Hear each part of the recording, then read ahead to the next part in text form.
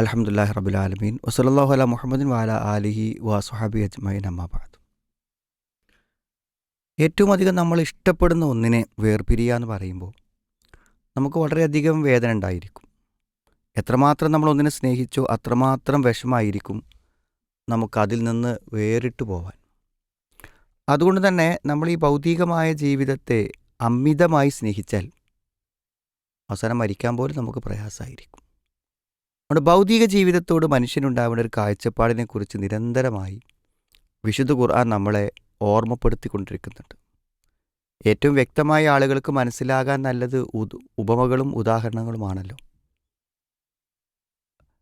ഇഹലോക ജീവിതത്തിൻ്റെ ഉദാഹരണത്തെക്കുറിച്ച് അള്ളാഹു പറയുന്ന കമാ ഇൻ അൻസൽനാഹു മിനസ്സമ ഫഖ്തലത ബിഹി നബാത്തുൽ അർദ് ഫാസ്ബഹ ഹഷീമൻ തദറൂഹു റിയാഹ്.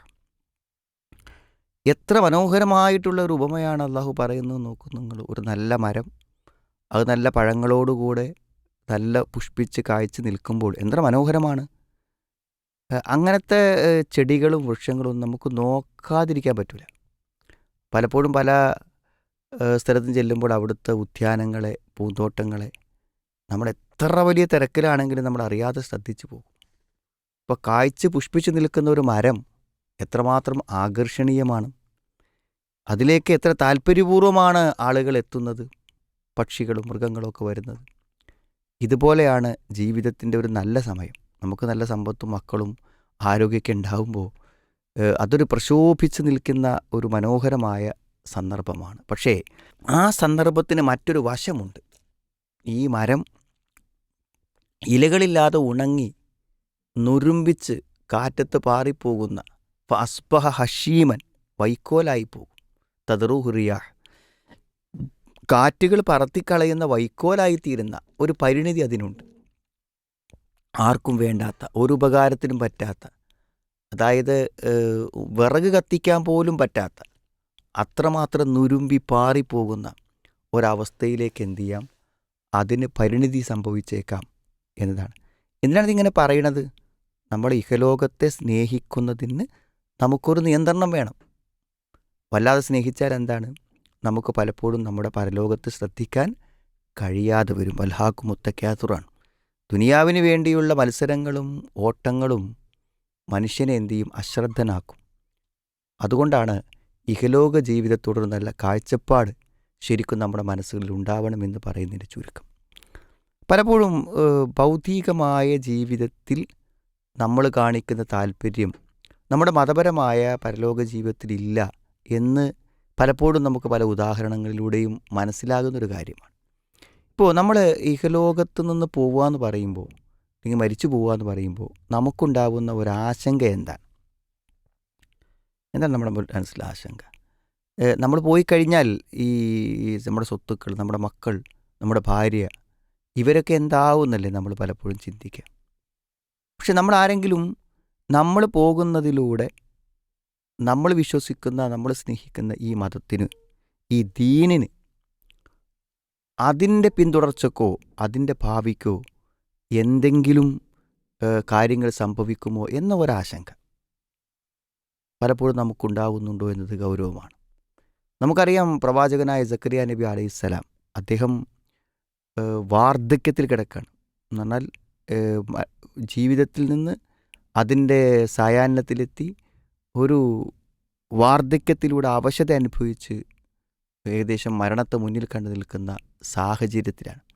അത് അദ്ദേഹം പറയുന്നില്ല, റബ്ബി ഇന്നി വഹനൽ ആലുമുമിന്നി വഷ്ത അല സുഷൈബ, റബ്ബെ എൻ്റെ എല്ലുകൾ ശോഷിച്ചു, എൻ്റെ തല നിരകൊണ്ട് കത്താൻ തുടങ്ങി എന്ന് പറയുമ്പോൾ ഒരു മുടി പോലും നിരക്കാൻ ബാക്കില്ല, എല്ലുകളൊക്കെ ആകെ നുരുമ്പി പോകുന്ന അവസ്ഥയിലേക്ക് വന്നിരിക്കുന്നു. അതുകൊണ്ട് എന്തു ചെയ്യണം? വഹബുലി മില്ലതുങ്ക വലിയാണ്, എനിക്കൊരു അനന്തരാവകാശിയെ തരണം, എനിക്കൊരു രക്ഷാധികാരിയെ തരണം. ഇത് എപ്പോഴാണ് അദ്ദേഹം ചോദിക്കുന്നത്? മുഫസ്സിരീങ്ങൾ പറയുന്നുണ്ട്, താൻ മരണപ്പെട്ടു പോയാൽ താൻ ഇവിടെ നിലനിർത്തിക്കൊണ്ടുപോകുന്ന ദീൻ, അത് സംരക്ഷിക്കാനും അതിന് നേതൃത്വം കൊടുക്കാനും അതിന് പ്രബോധനം ചെയ്യാനും പറ്റുന്ന ആളുകളില്ല എന്നതാണ് അദ്ദേഹത്തിൻ്റെ മരണസമയത്തെ ആശങ്ക. അതുകൊണ്ട് എരിസുനി വൈരസുമിന്നാലി യാക്കൂബ്, എന്നെയും യാക്കൂബ് കുടുംബത്തെയൊക്കെ അനന്തരെടുക്കാൻ പറ്റിയ ഒരു കുട്ടിനെ എനിക്ക് നീ തരണം. വജഅൽഹു റബ്ബി റളിയ, അള്ളാഹു നീ അവന് തൃപ്തി കൊടുക്കണം, നീ തൃപ്തിപ്പെടുന്ന നല്ലൊരു സന്താനത്തെയാണ് നീ എനിക്ക് തരേണ്ടത് എന്നെന്ത് ചെയ്യുന്നുണ്ട്, അള്ളാഹുവോട് അദ്ദേഹം ആവശ്യപ്പെടുന്നുണ്ട്. ഇത് വളരെ പ്രധാനപ്പെട്ടൊരു കാര്യമാണ്.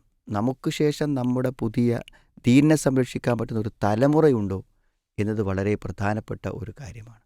നമുക്കെല്ലാവർക്കും അതിൽ പലതും ചെയ്യാനുണ്ട്. ഒരു പുതിയ അഡ്മിഷൻ്റെ സമയമാണ്. നമ്മളെ സംബന്ധിച്ചിടത്തോളം നമ്മുടെ കുട്ടികൾ, ആരെങ്കിലും ഒരാൾ, നമ്മുടെ കുട്ടിയോ അല്ലെങ്കിൽ നമ്മുടെ അയൽവാസിയുടെ കുട്ടിയോ ആരെങ്കിലുമൊക്കെ ദീനിൻ്റെ രംഗത്ത് നമ്മുടെ നാട്ടിൽ ദീനീ നേതൃത്വം കൊടുക്കാൻ പറ്റുന്ന, അല്ലെങ്കിൽ നമ്മുടെ കുടുംബത്തിൽ ദീനീ നേതൃത്വം നൽകാൻ പറ്റുന്ന, നമുക്ക് ശേഷം നമ്മുടെ വീട്ടിൽ ദീനിന് നേതൃത്വം കൊടുക്കാൻ പറ്റുന്ന ഒരാൾ ഉണ്ടാവുക എന്നുള്ളത് വളരെ പ്രധാനപ്പെട്ട ഒരു കാര്യമല്ലേ. പലപ്പോഴും നമ്മുടെ നാട്ടിൽ മരണപ്പെട്ട് കഴിഞ്ഞാൽ എന്ത് ചെയ്യും, ബന്ധുക്കൾ നിസ്കരിക്കണം എന്നാണ് പലപ്പോഴും. മക്കൾ നിസ്കരിക്കണം, ഭർത്താവ് നിസ്കരിക്കണം എന്നാണ് നമ്മുടെ നാട്ടിൽ പറയും. സാധാരണ ഇമാമത്ത് എന്ന് പറയുമ്പോൾ ഏത് ഇമാമത്താണെങ്കിലും, നിസ്കാരത്തിന് വേണ്ടി ഇമാമത്താണെങ്കിലും ഏതാണെങ്കിലും അത് ഇമാമത്തിന് യോഗ്യതയുള്ള ആളുകളാണ്. അപ്പോൾ ഒരു വലിയൊരു പണ്ഡിതനും ഖുർആൻ അറിയുന്ന ഒരാളുണ്ടെങ്കിൽ അയാൾക്ക് തന്നെയാണ് മയ്യത്ത് നിസ്കരിക്കാനുള്ള യോഗ്യത ഉള്ളത്. അത് പക്ഷേ പലപ്പോഴും നമ്മൾ നാട്ടിലെന്ത് ചെയ്യും, ബന്ധുക്കളാവട്ടെ കുടുംബങ്ങളാവട്ടെ എന്ന് പറയുമെങ്കിൽ ആത്മാർത്ഥമായിക്കോട്ടെ. പക്ഷെ അങ്ങനെ ഈ മയ്യത്ത് നിസ്കരിക്കുമ്പോൾ നമ്മൾ കാണുന്നത് പലപ്പോഴും അതിൽ വലിയ അബദ്ധങ്ങളുണ്ടാവും. ആയിരക്കണക്കിന് ആളുകൾ ഈ മൗനമായി നിൽക്കുമ്പോൾ അവരുടെ നിസ്കാരം മുഴുവനും തെറ്റിപ്പോവും, ഇമാമിന് തെറ്റുമ്പോൾ. അപ്പോൾ അതെന്തുകൊണ്ടാണ് സംഭവിക്കുന്നത് വെച്ചാൽ അയാൾ സ്ഥിരമായി ഇമാമ് നിൽക്കുന്ന ഒരാളല്ല, നിസ്കാരത്തിൽ പോയി ഇതുവരെ ഇമാമ് നിൽക്കാത്ത ഒരാളാണ്. ഇത്രയും അധികം ആളുകൾക്ക് തൻ്റെ വാപ്പയുടെ മയ്യത്ത് മുന്നിൽ വെച്ചുകൊണ്ട് അല്ലെങ്കിൽ ഉമ്മയുടെ മയ്യത്ത് മുന്നിൽ വെച്ചുകൊണ്ട് നിസ്കരിക്കാൻ നിൽക്കരുത്. അപ്പോൾ ഇതിനൊക്കെ അറിയുന്ന വിവരമുള്ള ഒരാൾ നമ്മുടെ കുടുംബത്തിലുണ്ടെങ്കിൽ നല്ലതല്ലേ, നമ്മുടെ നാട്ടിലെ ഖുത്ബ പറയാൻ, ദീൻ്റെ കാര്യങ്ങൾ നിർവഹിക്കാൻ. അപ്പോൾ നമ്മുടെ മനസ്സിലുള്ള, നമ്മുടെ പരലോകത്തെ സ്നേഹിക്കുമ്പോൾ നമ്മുടെ ഒരു ആശങ്ക എന്തായിരിക്കും, ഈ ദീനെ നിലനിർത്തിക്കൊണ്ടുപോകാൻ പറ്റുന്ന പണ്ഡിതന്മാരും ആളുകളും ഉണ്ടാവണം. പ്രാവശ്യം ദീനീ സ്ഥാപനങ്ങളിലേക്ക് അഡ്മിഷൻ എടുക്കുമ്പോൾ നമ്മുടെ നാട്ടിൽ നിന്നൊരാൾ, നമ്മുടെ കുടുംബത്തിൽ നിന്നൊരാൾ, നമ്മുടെ മക്കളിൽ നിന്നൊരാൾ അത്തരം കാര്യങ്ങൾ ഉണ്ടാവണമെന്നുള്ള ആഗ്രഹവും താല്പര്യവും നമ്മൾ പ്രകടിപ്പിച്ചാൽ അത് ദീനിനോടുള്ളൊരു സ്നേഹമാണ് എന്ന കാര്യത്തിൽ സംശയമില്ല. അള്ളാഹു ദീനിനെ കൂടുതൽ സഹായിക്കുവാനും അതിൻ്റെ കൂടെ നിൽക്കാൻ അള്ളാഹു നമുക്ക് എല്ലാവർക്കും തൗഫീക്ക് പ്രദാനം ചെയ്യുമാറാവും.